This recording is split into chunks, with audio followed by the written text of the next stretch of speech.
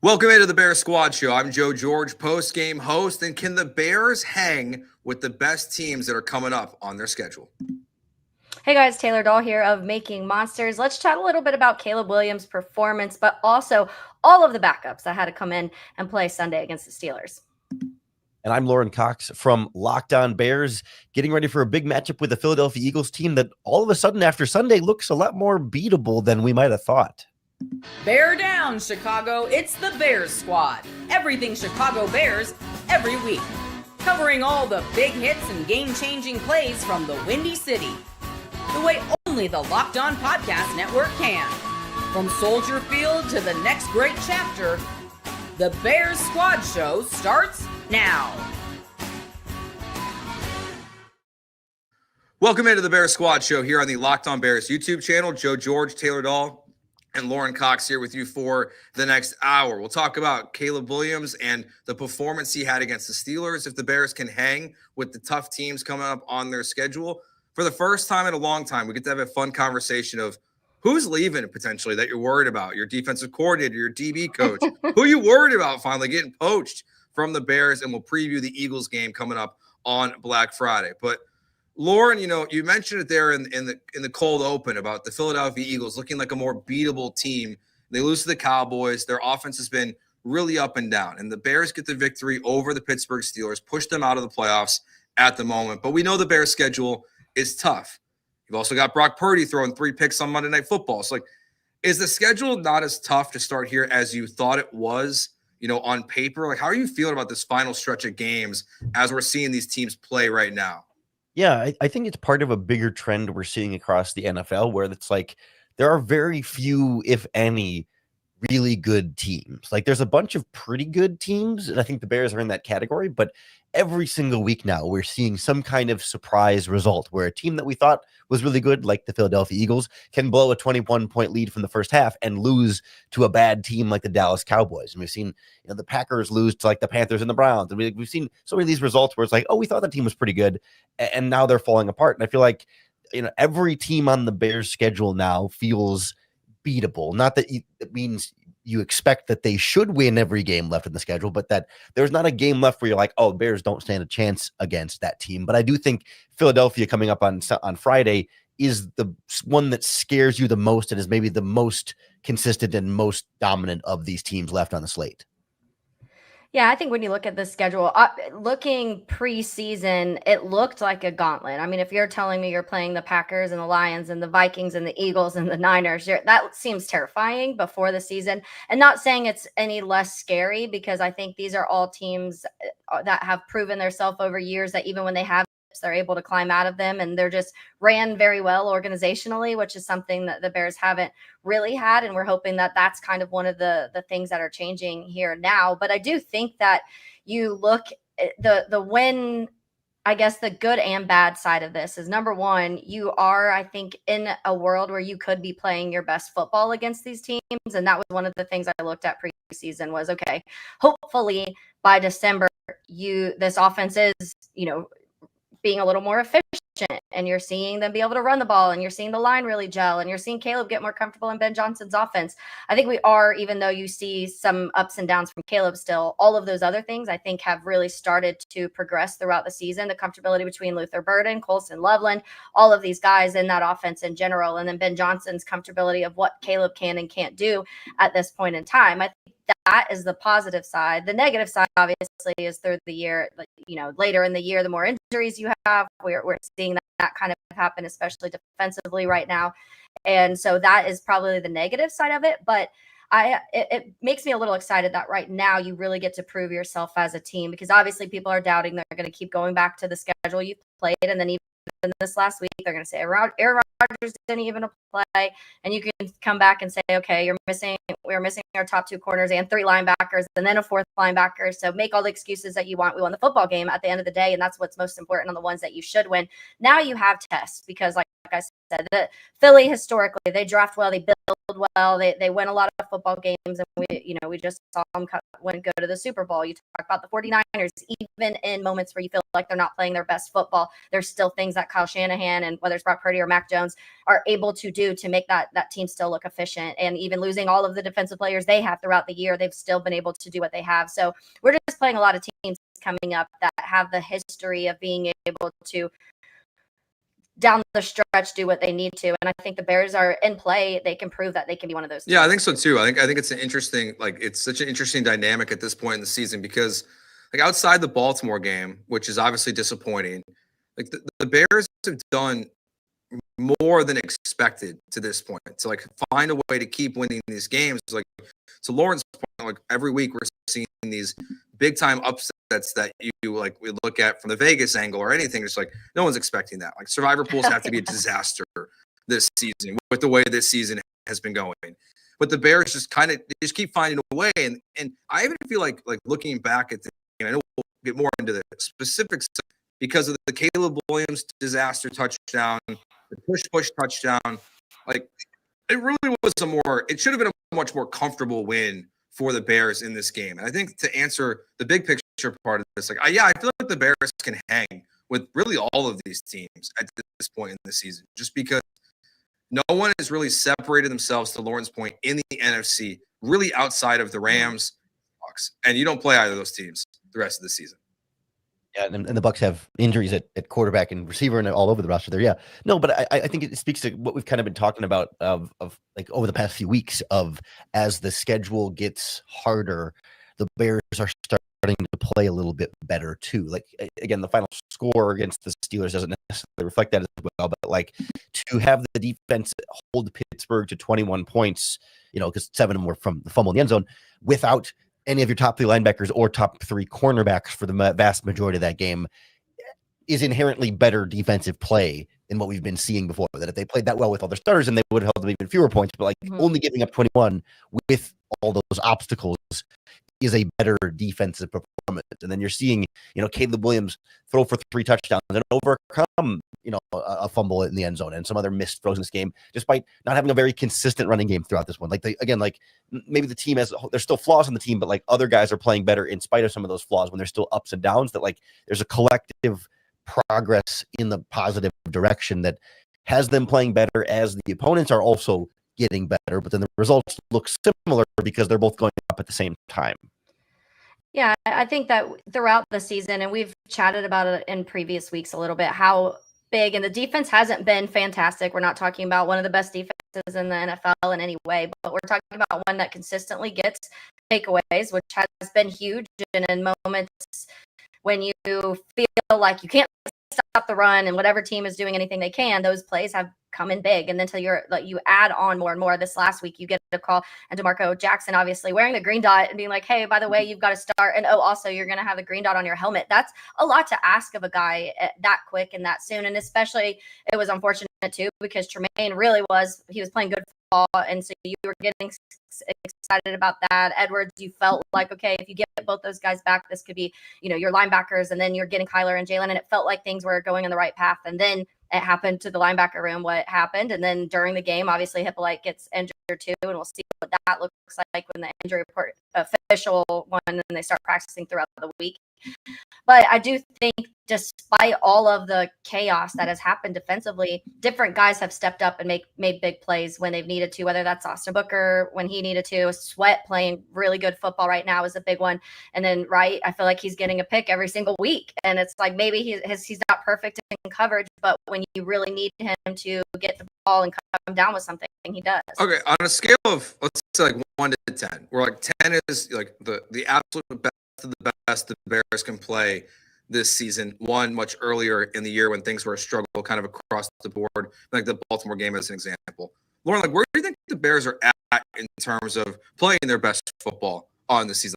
How close are they to a 10 collectively as a unit right now in all 3 phases? I think when I think about it in terms of a 10 is the best the Bears themselves can play, right? A 10 is not best team in the NFL, but whatever the best version of this team is, right? Because even the best version of this team is going to have pass rush limitations, for example, and other things. keeping that in mind, I don't know. I find myself around. I mean, it constantly fluctuates from moment to moment in games, but like a 7-ish. Like I think they're getting closer to that 10, but certainly not there yet. The defense felt that was about as good as I could have asked the defense to play last week against the Steelers. The offense is a bit lower than that, and so that kind of equals out to around a 7 for me. But I'm, I kind of hear anywhere from like a 6 to maybe even an 8. That kind of range all feels pretty safe. Yeah, I feel like I'm probably around the same for the majority of games. There's obviously moments where it may spike a little bit where you're like, okay, like this is what the offense should look like, or what, the glimpses of what a defense could do, especially once they start getting healthy. But I think for the most part, I'm sitting right there around a 7. And I think a lot of that is maybe my expectations are too high. Maybe I think that when Kyler and Jalen are playing and, you do have the healthy defense, that this team looks even better. But I just need to see more consistency offensively. I still feel like we still have too many chunks of time where things don't flow as well as you hope they would at this point in time. And Rome, I mean, we keep seeing drops from Rome. That's really frustrating to me.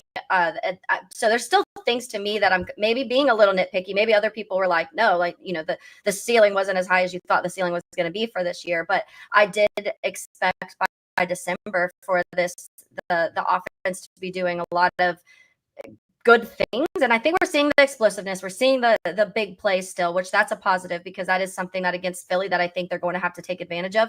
But yeah, so I think about a 7, that makes sense, especially with like where you feel for a game. And yeah, I think I think I would make a little argument that I would probably have it just a little bit lower, just because I just think there's still so much to do in an exciting way. Like the drops are a great example, not just from Rome, but even the play from Rome where like he makes a spectacular catch, but he doesn't get his feet in bounds.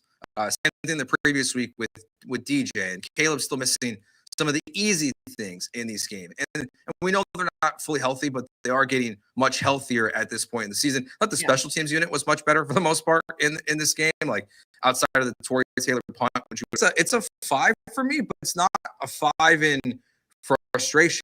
It's just that the highs are so high that like you can see what a 10 looks like for what this offense specifically is going to be, and they're just not there on a consistent enough basis. But I do think they're on their way to playing their best football at this point in the season. It's really pretty much all good stuff. I mean, the criticisms are fair. I don't think it's nitpicking today. Like, I think it's all fair criticism of what we're seeing from this team so far, because it's been so good in moments. And that's what I think for me, some of those little things when it comes to drops, when it comes to penalties still, like those type of things, I think make you draw back and take a step back sometimes. But I also if you watch games all day on Sunday, you're seeing Philly deal with it. You're seeing the Lions deal with it against the Giants. And you're seeing all of these different teams who we had this mindset coming into the season that they should be some of the best teams in the NFL. And we're seeing drops. You're seeing penalties from these. It was frustrating. It felt like it was just Bears, and then you turn on Sunday football and it's kind of happening all over the place. And I don't know if that's coming from so much motion and things like that happening in offenses, but it's just you're seeing a lot of extra things. I think the refs are a little flag happy. This year, I'd like to see the numbers at the end to see like the number of penalties called for certain things at the end of the season, because it does feel like a lot of flags are being thrown. So you can compare it to everybody, but I also kind of feel like those are the things that I feel like by December you should have a little bit more cleaned up if you are able to. Now, shock me, and like in this next 3-4 games, if they come out and they have only 2-3 penalties compared to 7 to 10 penalties, then I'll say I was wrong, and this is something that was fixable in this short amount of time. I just think some of the things we're seeing right now are kind of who this team is, and it's we're a little bit away and some pieces away from this. And to that point, like we talk about trying to get the Bears to be the best version of themselves, and a 10 out of 10 there. How many teams in the NFL are playing 10 out of 10 like the best? Like that's really hard. Yeah. Every team feels like, oh well, we're still these 3 things away from being great, and it's just a matter of like, is your 6, 7, 8, or even 9 out of 10 better than the other teams?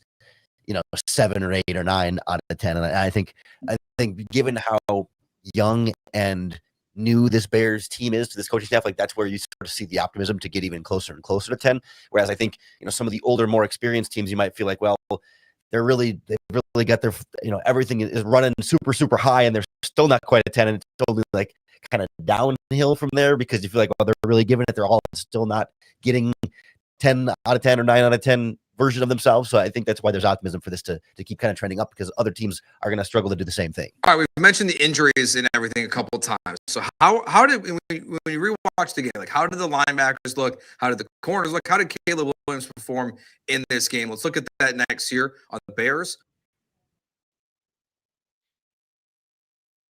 This episode of the Bears Squad Show is brought to you by FanDuel Sportsbook. Of course, we're loving the NFL season so far, but the NBA season is back, and there's no better place to get in on all the basketball action than with FanDuel, the official sports betting partner of the NBA.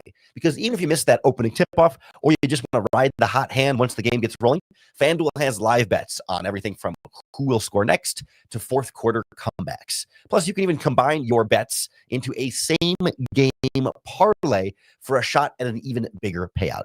It just keeps every game that much more exciting, especially when your team is the one that's making that late push. Right now, FanDuel is giving new customers $300 in bonus bets when your first $5 bet wins. So head to FanDuel.com to sign up and play your game with FanDuel, the official sports betting partner of the NBA. All right, so as you guys rewatch the game from this last weekend against the Steelers, and I think in the moment, I think Ozzie played well at left tackle. So let's start there, Lauren. When you saw his performance, how do you think he held up as the left tackle for the Bears in this game? Yeah, I was very impressed by how he held up in pass protection, in particular against Nick Herbig, and it was pretty much Herbig the whole game. And I think the average fan might not know how well Nick Herbig has been playing this season and think, well, okay, he's the backup. Normally they'd want to start Alex Highsmith over there, and so it's Ozzie against a backup, so maybe it's not as impressive. But I mean, Herbig's leading them in sacks and pressures and stuff, at least entering the Steelers game, and has been at the very least a really consistent pass rusher for them all season. And Ozzie did a great job of keeping him at bay. I mean, they certainly helped him out with running backs releasing to that side, and kind of taking the outside corner away. We saw Tooney kind of sliding over from left guard to give him some inside help quite often, but there were plenty of times, especially in like 2-minute drills and late in both halves, when it's a lot of one-on-one, and he held up just fine in that regard. I was a little less impressed in running game, and it felt like when Trapillo was coming backwards and pass pressure was coming to him, he absorbed that really, really well. When he's got to generate the force going forward, especially I think working more of a right-handed rushing attack where he's trying to get a defensive tackle, a lot of it was Cam Hayward, and like that's a tough block for a young player to have to make. And so I didn't think he was as impressive in that regard and struggled to get movement up front. But like one game definitely exceeded my expectations for somebody who we know was struggling on the left side in particular in the preseason.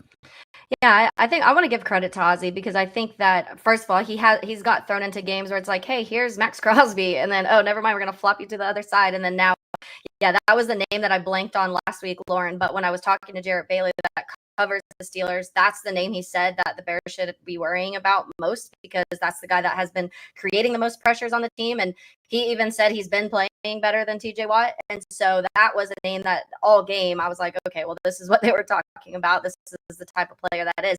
So true test. It's not like he was going up against like another backup that hasn't really done anything this season.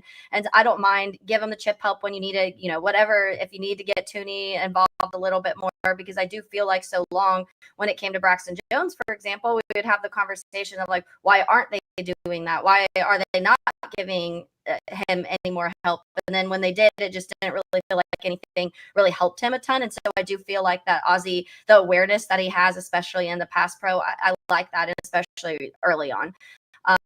We'll see what this looks like this week and how everything kind of shakes out. But I like having somebody that I feel confident that if someone goes down, because it's obviously been an issue here in Chicago when it comes to guys go down on the line and then everything else would usually fall apart. And this year I have a little more confidence that you have guys that can come in and step and play at a decent level. The left tackle is still, I think, something we're going to be addressing in the offseason possibly. But I think you have to give him credit because it was a true test that he had to go against this Sunday. And so it was kind of fun to see him that gains confidence, I feel like. And you talk about the gel, how long that took for us. We were talking 4 or 5 weeks into the season. Is the line going to be, is it going to improve? What are the things they have to do to get better? There's not really many other options. And I just kept using that word, okay, gel. It takes some time. It takes some time once they play together. This guy's getting thrown in and into a game. He doesn't have that, that in syncness that some of these other guys have now had, especially the interior. So I think you want to give him some credit, and you want to say maybe not if Theo's back, you probably want Theo out there, but you have someone you're confident in coming and playing if you need him to. Yeah, I think he did a really good job for what is to be asked of him. Like, I don't think we have a left tackle competition happening right now. I think Theo's your guy, but I do think for the long-term outlook of the Bears, like, there's some hope that this can be a building block moment, that you can look at this game and look back at it and say, okay, that's when when Ozzie Trio, like, he started to emerge as maybe the left tackle, or maybe a different spot on the offensive line next season. Like, maybe there's a flip with him and Wright next year. Like, you feel better about it. I think Theo's still the guy if he's healthy. When he comes back, I would be, I don't think it was good enough in the run game, because I don't want to pin all the run struggles on him, but I saw what you saw, Lauren. Like, I saw someone that's getting pushed back in the run game, and that's been a side where they can run the ball effectively to this season. Let's flip it over to the other side. You're missing 3 linebackers. Ruben Hippolyte gets crushed by a pulling tight end. I think it was Washington. That man is not a tight end. He goes down. He's massive. And so Hippolyte goes down. And early on in the game, I felt like it was very obvious, like, these guys were struggling. It was clear they were moving with the motion, and then the ball was going to counter the other way. And they kind of felt like they were playing with their pants around their ankles at times. But it got better and better as the game went on. So, Lauren, when you rewatched it, what'd you make of the linebacker? DeMarco Jackson definitely pulled his pants up after the first couple of drives. It was nice to see. I think I agree. There was a little bit of, like, he's got the green dot and he's trying to keep tabs and everything and get everybody in position. It's like, take a deep breath, man. It's okay. Like, they're going to throw it short.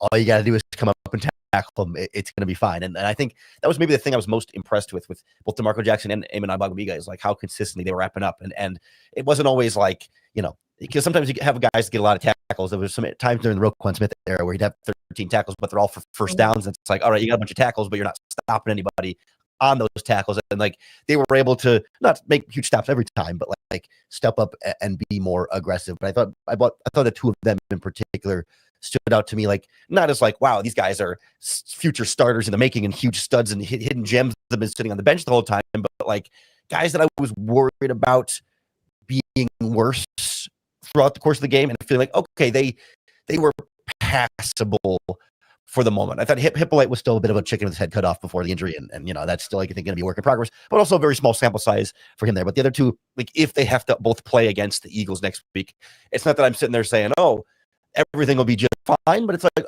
I don't have to panic as much as I was going into Sunday. Yeah, and that's, I think that, funny story, just side note really quick, because when we were watching the game, obviously, you guys know I host like a Jacksonville Bears group, so we had our whole group together watching that game, and Ogbongbemiga made some tackle where I was like, wow, and I just said his name, and the guy by me did, so I said Ogbongbemiga, and he was like, boo, and I just started laughing so hard. I was like, that made me laugh. So every time for the rest of the game where you saw Amin and like any play whatsoever, the entire bar did that. So that was fun. But yeah, I mean, I think for what you asked these guys to do in such short notice was they stepped up when they needed to. And there were moments there's exposable moments, but honestly, we've had exposable moments from our linebackers all season long, even when they're healthy and on the field. I think that I almost felt like Dennis Allen came into this and was like, we're not going to let Mason Rudolph beat us this game. So just let them run it and hopefully wear out their offense to the point where by the end, they can't run the ball anymore, because almost 200 yards of rushing is a little crazy, but you would think the score would be higher in a sense when you are letting them kind of run the ball the way they were, and you didn't. You were able to contain things. I think especially late, there were still a couple moments where I was a little nervous at the end of, oh no, here we go. Is this the game where we finally are on the other end of the not comeback, or the comeback, I guess it is. But I think they did serviceable. And I think especially getting called up, that green dot's hard. Anytime I've talked to any player, I remember Miles Jack when he was in Jacksonville, and he had the green dot for a little while, and he was very vocal about how difficult it is, because you're worrying about your job. You're worrying about all the things you're seeing on the field and the quarterback and the run game and all of the schematical mechanical stuff, but then you're also having to tell everybody else what to do. So when you're wearing that dot, and then with guys that also aren't starters, that's a lot. So there's a lot to manage in there for your own self, but in addition to a whole room of guys that you're pretty much calling plays for and letting them know what's going on. So I give him credit big time, because I don't think that's an easy job to do on a Sunday, especially how late all of these came up of, okay, nobody's playing, and here's your day. It's Sunday. Go get up against the Pittsburgh Steelers, and maybe it's not the Pittsburgh Steelers of the past, but it's a very well coached Mike Tomlin team that always is in the mix at the end of the season, and you were able to do what you did and went on Sunday, which I think is huge. And then before we get to Caleb, the other one, to look at is, we're hoping we get full participation from both Jalen Johnson and Kyler Gordon in today's practice and Tuesday's practice. And now you've got, Deshaun Wright out there who's getting the interception, incredible play, another big pass breakup in this game, but you lose Tyreek Stevenson. And I feel like that's the one where of all the guys who stepped in, it's still the same story for McLeod. Like, you're not getting good enough play when he's in the game. Like, he is I don't want to see him again this year. Like, not to be mean, but like, you need these corners to get healthy. And I hope McLeod's not out there very much the rest of the season. That's where, of the guys who had to step up, I feel like he still is falling short, but Wright did a great job in this one for me. McLeod had that clutch pass interference penalty to prevent a touchdown. I mean, he knows. True. He knew to grab that jersey when he got cooked. And so I give him credit for taking a major disaster and making it a minor disaster. Yeah, I think that when it comes to the corners, getting Jalen and Kyler back, that's big. And I'll be interested to see, we've talked a lot, does he let Kyler go play on the outside at all and let Kyler and Jalen be those guys, and then just keep CJ Gardner-Johnson at that nickel corner when they are in nickel?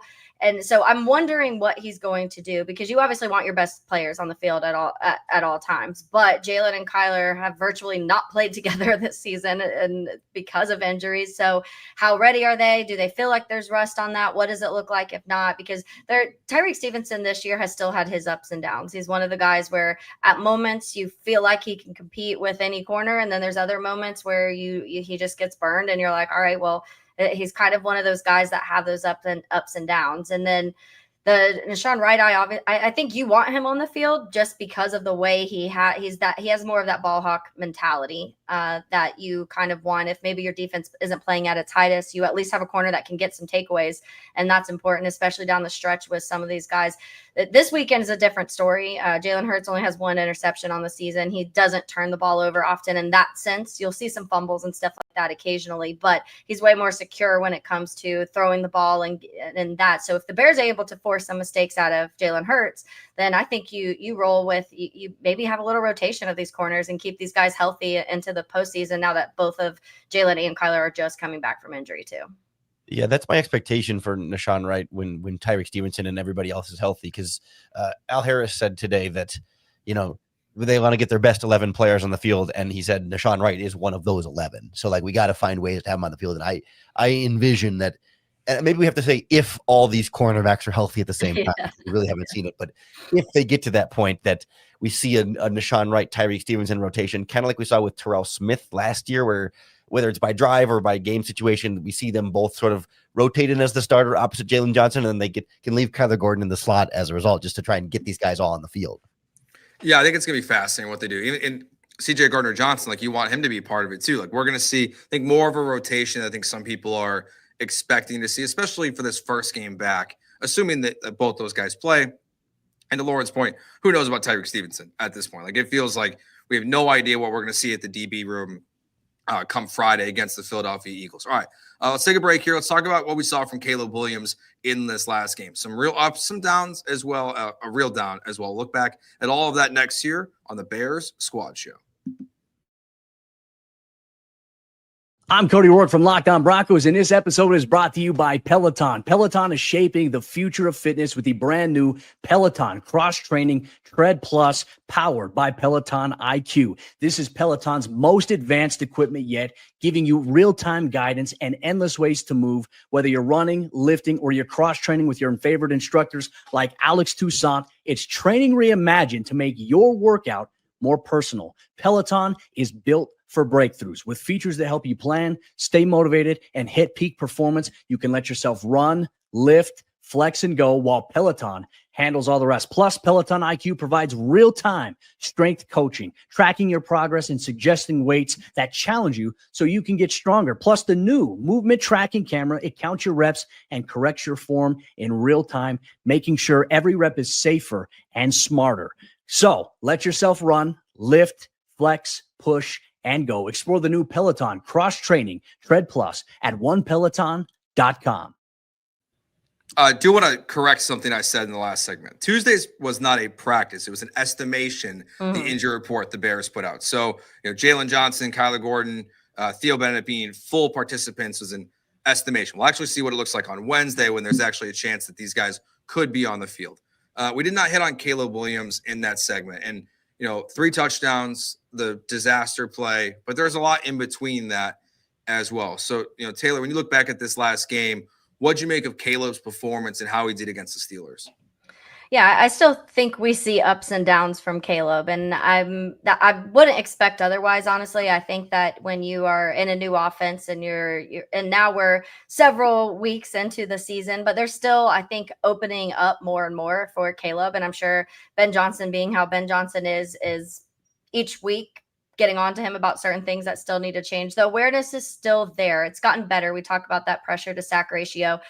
But the one in the end zone, you can't let that happen. You have to be aware of what's going on around you. And that's not the first time we've seen that this year. There's still been some other bad ones where it's just the moment you just get rid of the ball and everyone's screaming it. And I know I'm not back there playing the game, so I don't know what it's like to have all of the things happening around me that are happening. But I do think you also see some of the most perfectly timed throws that I've seen a Bears quarterback make in a really long time. And the one to Rome sticks out to me. There was one like midfield, pretty deep midfield to Rome, which I did see a stat, by the way, that's his best deep ball numbers right now, or middle of the field, inside the hash mark. So that's a good thing, because last year that was one of the biggest struggles, was anything midfield for Caleb. But it was beautiful. And it was like, it's sometimes I think he also throws the ball so hard, no matter what the distance is. And that one was a deep one, so you could, but it almost looked like it knocks Rome out, almost knocks him over. But it was timed so beautifully. I mean, you couldn't have put the ball in a better spot. You couldn't have timed it better. Rome didn't have to hardly do anything other than just open his palms and catch the ball.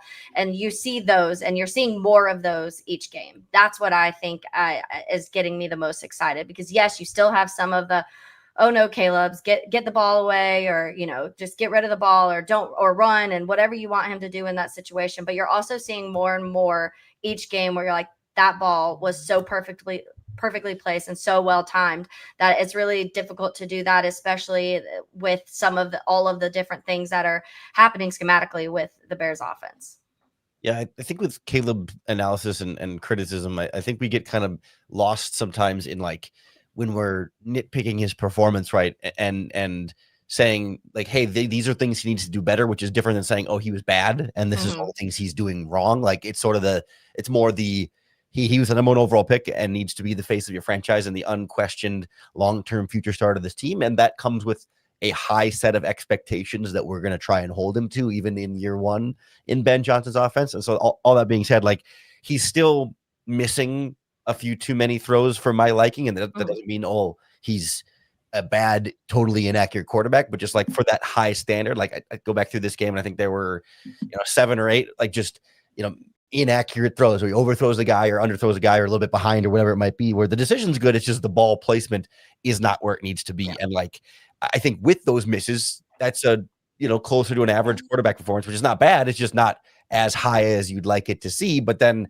if and when he can hit those, like that's when you really get greatness. And that's what I want to be able to push for and hold him to in the long term. I don't have to expect perfection today, right now, but just like get closer and closer to that. Like every quarterback's going to miss a few throws in a game. I don't expect 0 inaccurate passes, but like I still feel a little bit higher than I want them to be in the long run. And so I want to keep seeing him kind of dial those in. I thought in particular in this game, he was really accurate on the vertical throws. And I wanted to roam. You're talking about like skinny posts right at the middle up the seam there. Works really, really nicely, but he missed a few more of those like deep in breaking routes where he's trying to layer it behind a linebacker and in front of a safety. And it's kind of a tricky throw because you can't put too much on it, but you don't want to put not enough on it. And so he missed a couple of them high. He threw one a little bit behind DJ Moore, and still seeing a little miscommunication stuff here and there. But like it's all trending in the positive direction. And now it's like, can we just iron out these like last handful of kinks that are like the difference between greatness and goodness?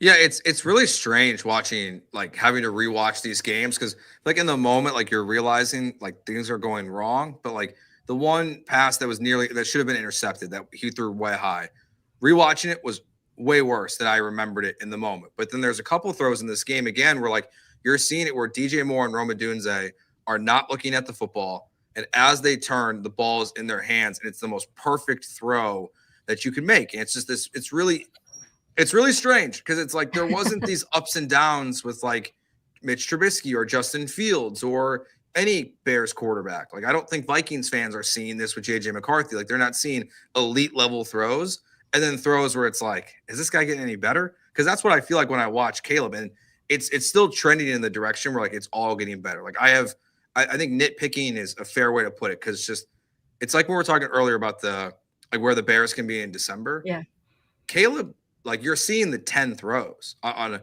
pretty regular basis, but then you're still seeing throws that are like a 3. Yeah. And it's just such an interesting watching experience of Caleb Williams because the highs are so high and the lows are still kind of low. But I'm pretty happy with how he played in this last game, and just it needs to get more consistent, I think, at this point for him.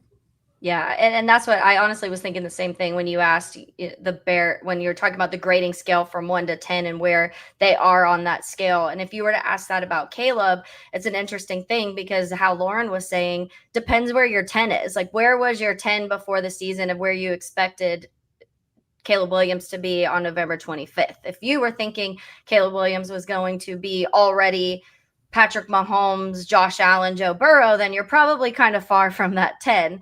But if your expectations were a little lower because you knew in reality there was a lot of things there was probably regression, honestly, from last year of the things that he had to unlearn between everything that was a disaster last year. And so some of those things, not only getting back mechanically to the things that he's doing right. And that's some of the things you see the feet get a little happy still sometimes. And that's when I think we see a lot of the inaccuracies.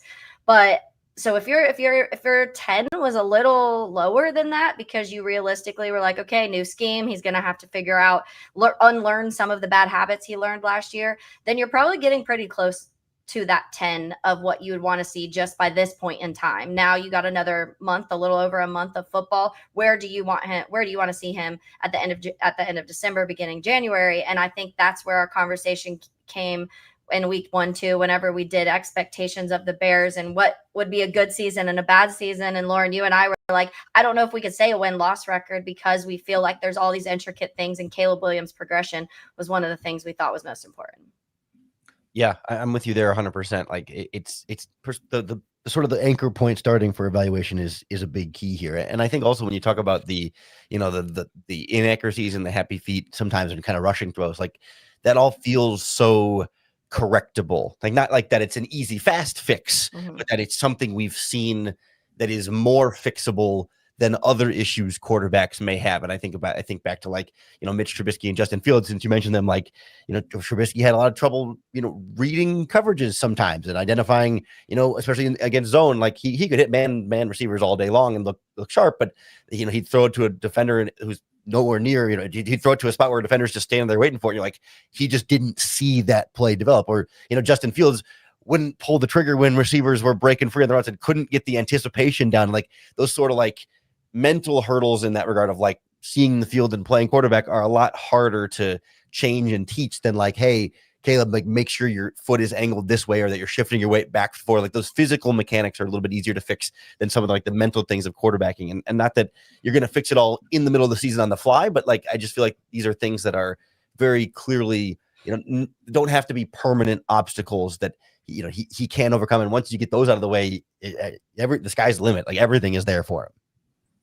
Okay, I'm going to try not to be too hyperbolic here, but I feel like for the first time since like Dave Taub was the special teams coach for the Bears, there's real consideration that people are going to start poaching from this coaching staff.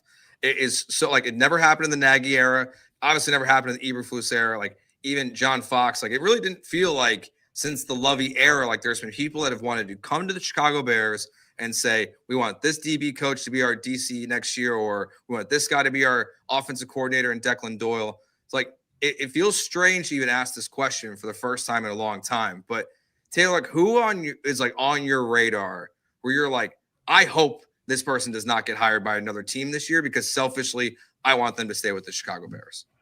The big one, and I think he is going to get interviews, is Al Harris for me. I think that what he's been able to do with not just here in Chicago, but obviously the cornerbacks in Dallas and the secondary in general, some of the things that we talk about being able to play despite things.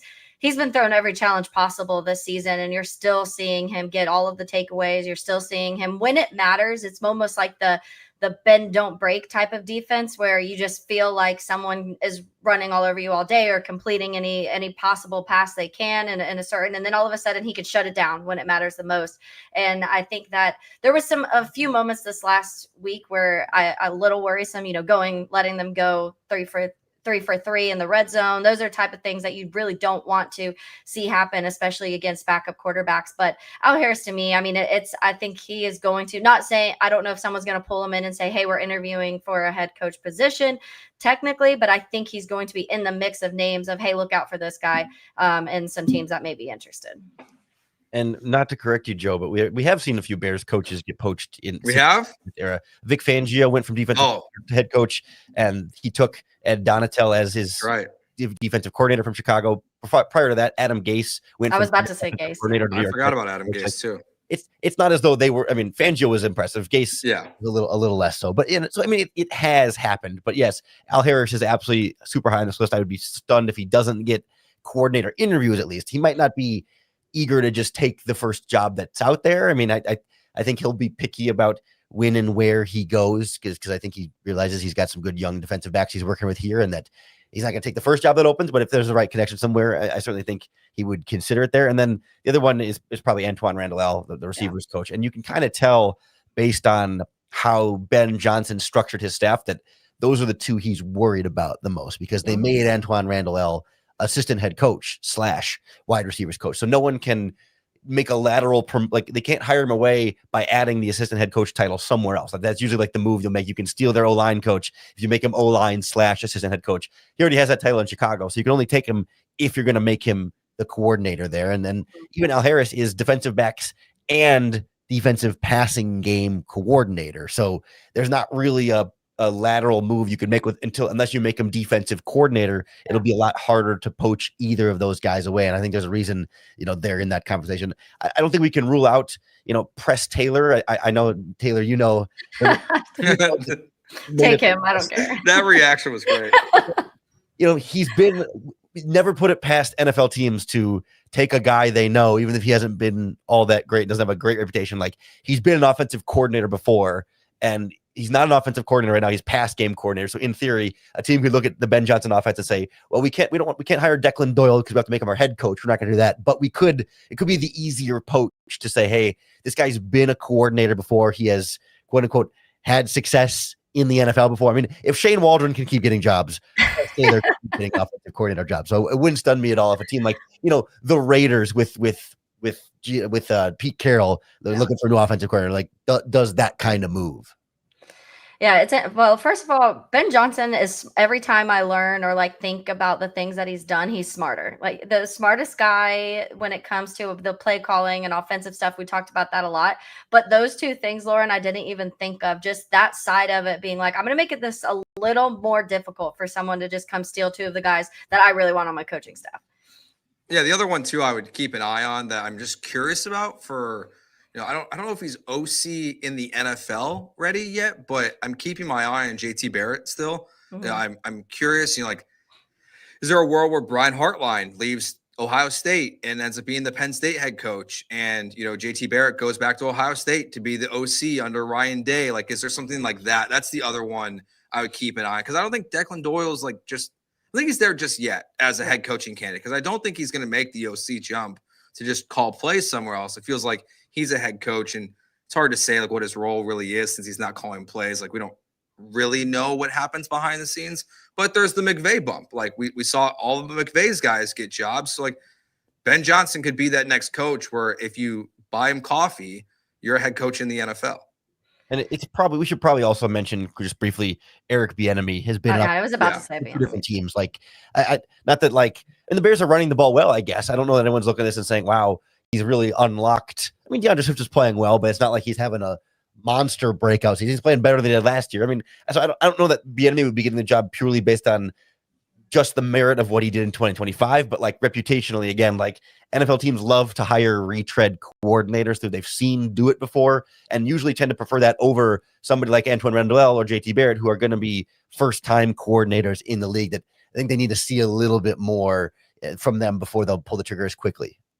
Yeah, I think we are seeing teams become a little more cautious of those, making somebody a first-time play caller and head coach immediately, because they want to see the experience of them being able to play call, because if you're adding that and you're adding the head coaching side, it's a whole other level. But I guess depending what they're doing, I know that was a lot of the conversation around Liam Cohen was, okay, well, he only called plays in the NFL for one season, and that was already a deterrent for some teams. So I could see not having any of that on your resume, definitely a deterrent for some teams. All right, let's take a look at what's going to happen on Black Friday. The Bears, the Eagles. The Bears are 7-point underdogs to a team they're tied with at 8-3. Let's take a look at that game next here on the Bears Squad Show.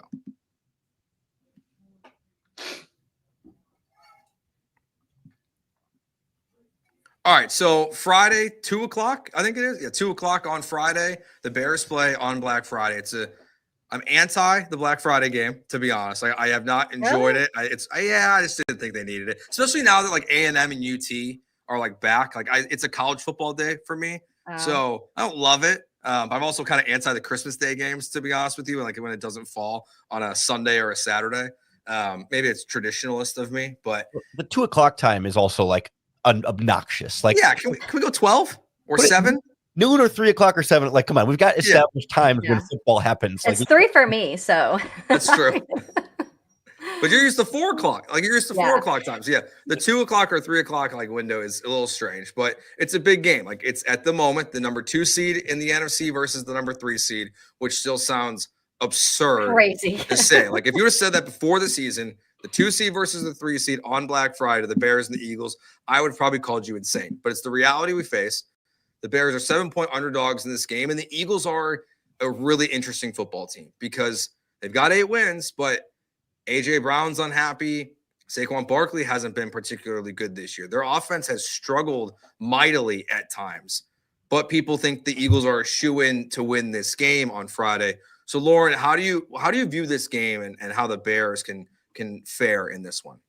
Yeah, I'm trying not to have too much recency bias from watching the Eagles blow it against the Cowboys on Sunday and feel like, well, all of a sudden this is a really, really beatable team, because they are still really good. And I do think, I think as much as we talk about the Steelers being a better team than the Bears had faced all season, I think the Eagles are another noticeable step up. I mean, and some of that has to do with Mason Rudolph being the quarterback for Pittsburgh, although I don't know that Rodgers drastically, changes the game. But like, I think from a matchup standpoint, the Eagles present a different kind of challenge than Pittsburgh did. And I think in some ways, Pittsburgh's offense in particular kind of played into the Bears' defensive strengths in a way that didn't attack their weaknesses downfield with Nick McLeod, and didn't necessarily ask Bears linebackers to cover tight ends up the seam. Like every time Mason Rudolph threw it short, that was like good, good. Let the Bears come up and tackle him. And I think the Eagles are going to be able to be a little bit more aggressive in that regard and maybe expose some of these flaws as a little bit more of a problem than they looked against the Pittsburgh Steelers. Like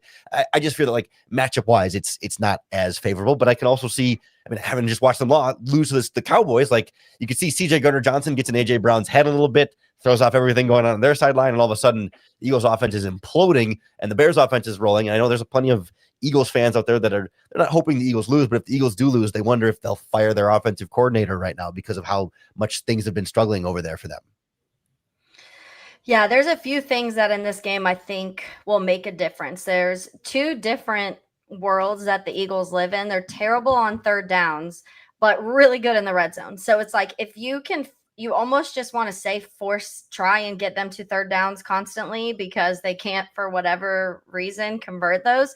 But once they get to the red zone, it's almost impossible to stop Philly. So as much as you can keep them away from that as far as possible. And it sounds like an obvious thing. Don't let them get to the red zone. But I think they score in touchdowns only. I mean by that, not even including field goals, but just scoring touchdowns. Once they hit the red zone, they have the highest. I want to say it's like almost 78%. Another thing that I think could make a big difference this weekend is when it comes to obviously the backup tackle, because we know Lane Johnson's out. Fred Johnson is going to be playing for him. Montez Sweat, we've seen what he's been able to do this last few games. He's getting better. I think 7.5 sacks now he's at this point in time. I feel like we're seeing Montez get more and more comfortable in this. And I think that could be a huge thing for this game, is creating the pressure on that side, because you've seen Jalen Hurts struggle in those times. I mentioned earlier, he only has one interception thrown. So that's not going to be something that you're really going to be able to if you want to change that, go ahead and get 2-3 picks, but he just doesn't do it often. So I think being able to pressure him and just make him force some throws that he really doesn't want to throw and just get that completion percentage down is going to be one of the big things. Fred Johnson was on the Jaguars before the season started, and he was terrible. He couldn't even beat out Walker Little, and Walker Little is one of the worst left tackles in the NFL right now. So I think that is a big place of weakness for them that you could take advantage of this weekend. And I think those couple things could really skew things, or at least help the Bears in certain areas of the game. Yeah, then hopefully you get your corners back. And while it's been a struggle at times for Devontae Smith and AJ Brown, we saw in the first half of that game against the Cowboys, like when they want to get the ball to AJ Brown, he's still one of the best wide receivers in the NFL. So if you can get Gordon and Johnson back for this game, which again, it's an anticipation, the Tuesday practice report, but feels like it's time. It felt like it could have been the time this last weekend, but with the short turnaround, I think we're all anticipating them to play, at a minimum one of them to play, but that helps a lot too. And it'll be interesting to see, looking at their injury report, Saquon Barkley popped up limited with a groin. So we'll see what it looks like for them, but he's struggled this year. He has not had, they don't run the ball well. Yeah. It's going to be, this is a really interesting matchup, because I feel like this is two teams who no one's really bought in on in the NFC, for very different reasons. One's based on purely results and how it looks on the field for the Eagles offense. One's based on really strength of schedule for the Bears, but I don't think anyone really buys into either of these teams. And one will be the 2 seed after this game on Friday. So it's going to be an interesting matchup regardless. The one thing I want to watch out for is that tush push play that happened in the Steelers game. Obviously, this is the tush-push team for the Philadelphia Eagles. So, I kind of worried a little bit of, what are they going to try against the Bears now after what happened in the Steelers game? And I'm curious to see if the Bears can stop it again, like they did in the first time. In that yes, game. That was a pivotal play in that game, because I think that was right after DeAndre Swift's fumble. You had Caleb strip sack touchdown, next drive DeAndre Swift fumble. So you have back-to-back drives where you're turning the ball over, and then your defense responds with a stop on 4th down. So, but again, this is the Eagles' specialty. The Steelers are just minoring in it. The Eagles major in it, and so that's going to be a fun one. And I'm also most passionate about Ben Johnson versus Vic Fangio from a scheming matchup. I think those guys are both going to throw some different things at each other that they're not expecting or not ready for, and there's going to have to be some adjustments along the way. And it's a very different battle than the Brian Flores battle, where it's know it's coming, and you just kind of figure out how he's going to blitz you and when he's going to blitz you, but he's going to blitz you. And with Fangio, it's he's been very multiple in his coverages. He used to be a cover 6 guy, got to come back to more cover 2, and kind of just fluctuates a lot over time. So how those two spar, from the sidelines, or I guess if Fangio's in the booth, but that to me is when I know we're going to be focusing on this Bears defense for good reason a lot, but that's going to be really fun back and forth. Yeah, they lost Andrew Makuba, who I was a big fan of pre-draft time. And that was somebody that they have grown super high on of how he had been playing. So there's some things, but I mean, you talk about that defensive front there, and it's the University of Georgia pretty much made all over again. But that conversation of Jalen Carter and Darnell Wright and who's drafted who and when they were drafted and all of that is always going to be a conversation. So I think this is a game where just the trenches in general are going to be so important, because it's just going to be such a focal point when you're talking about the tush push or stopping the tush push, or you're talking about being able to run the ball and getting the Bears back to how we've seen in other moments of this season, getting the run game going, because I really do think those are the times we're seeing Caleb play his best because you're just taking a little bit of pressure off him and then also letting Caleb use his legs. We know Jalen is, so I would love to see Caleb take off a little bit more this weekend too.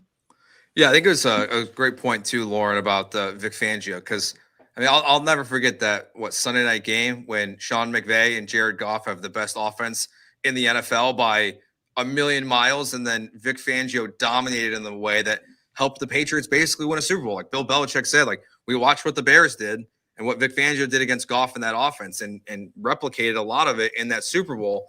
So like, you just know, like, he's got something special. Like maybe the short week helps, but this is where, Ben Johnson has to really earn his paycheck as like this genius offensive play caller. So I think it's a great test for the Bears. Like, we're going to learn, I think, more about this team on Friday than we've learned basically this entire season, whether it's, letting Saquon Barkley have a big day for the first time this year, or Caleb Williams having success against Vic Fangio, or, struggling mightily. I think we're really going to get a good picture of who the Chicago Bears are on Friday afternoon. And I was just doing a cursory glance back through. I don't believe we've ever seen Ben Johnson and Vic Fangio coach against each other, with Ben as the offensive play caller and Vic as the defensive play caller. The Eagles did not play the Lions last year. I guess, no, they played them earlier they played the Lions earlier this year, but not with Ben Johnson calling. Like, we have not had a chance to kind of see how Vic might approach this type of game, or at least like with Flores, we had 4, 5, 6 different examples of like things he might want to do against Ben, and then things he might want to do against Caleb, and we could kind of get a sense of how those might marry into a game plan. But this feels like kind of wide open, and it's going to be really fun to watch. Yeah, hopefully it's fun to watch. I just feel like each week it's funny because every week I'm like, I feel like it's going to be a field goal game. I feel like it's going to be a field goal game. And it just has been all field goal games pretty much. But to the point when you don't want to use that recency bias of things, it's kind of hard not to, because the Bears and Broncos are, I feel like, the only two teams that really dominated the Cowboys on both sides of the ball. We know the Cowboys defense early on super struggled the first 8-9 weeks, but their offense was scoring a ton. The Bears were able to contain that. And then yesterday, you're kind of seeing some of these things fall into, not yesterday, on Sunday, some of these things start to go the opposite way for Philly. And that's where I think that Ben Johnson and company all have to be watching that film and being like, how were they able to do this to the Philly offense? Because this is going to be one of the keys. And they're not running the ball crazy well, but the Bears also have struggled against the run all year. So it's just those two, which one kind of gives in this on Friday. Taylor, the Bears are 7-point underdogs. So how you feel about the game this week? I think it's going to be a field goal game. But no. Yeah, I agree. I think the Bears cover. I think the Bears cover. Okay. I think they cover the 7. Like, I think these teams are, they're both flawed in a lot of ways, but I think the Bears lose, but I think they keep it close. Yeah, I think I'm going to say that if Jalen and Kyler play, I think the Bears have a chance. I really do. And I think that that's how much of a difference those two guys make to me. We've seen how efficient this offense can be. And that's with the defense just letting pretty much people score, or at least get, whether it's a field goal or a touchdown, almost every time they hit the field at certain points of the game. Getting some of those guys back that just bring this extra spark to the team too. I think we used that word early in the year of like, what's the spark that can kind of get things going in certain areas. We talked about the pass rush, and we've seen the pass rush get a little bit better. I think I mentioned that Fred Johnson stat earlier. So I think the Bears can win this game if Jalen and Kyler are back and they're healthy, and you're seeing, a decent amount of snaps from them. But I do think Philly ends up pulling it out. And yeah, I think 3-4 point win in some fashion. I don't know. I can't decide if I think it's going to be high scoring or more like a 20-17, or is it going to be like a 30-27? I'm not sure where I'm leaning on that yet, though. I find myself in a pretty similar boat there. Like, I do think the Eagles win. I think it's winnable for the Bears, and I'm not going to be like floored if the Bears do, but like, This is another step up in competition, despite the struggles they had last week. And I don't know that a short week is going to give the Bears enough time to get healthy enough. Jalen and Kyler coming back potentially is a big swing there. And I think that's the difference between them keeping it close and them not being able to keep it as close. But I do think ultimately, like, yeah, I'd take the Eagles by 6-ish kind of in there, where you're still in it all the way to the very end. And it's never like, oh, wow, this is a totally one-sided game. But it's just like, just a little bit not quite enough there, and you feel that separation slightly between the Eagles as like a top tier team in the NFC and the Bears in that like second tier team in the NFC.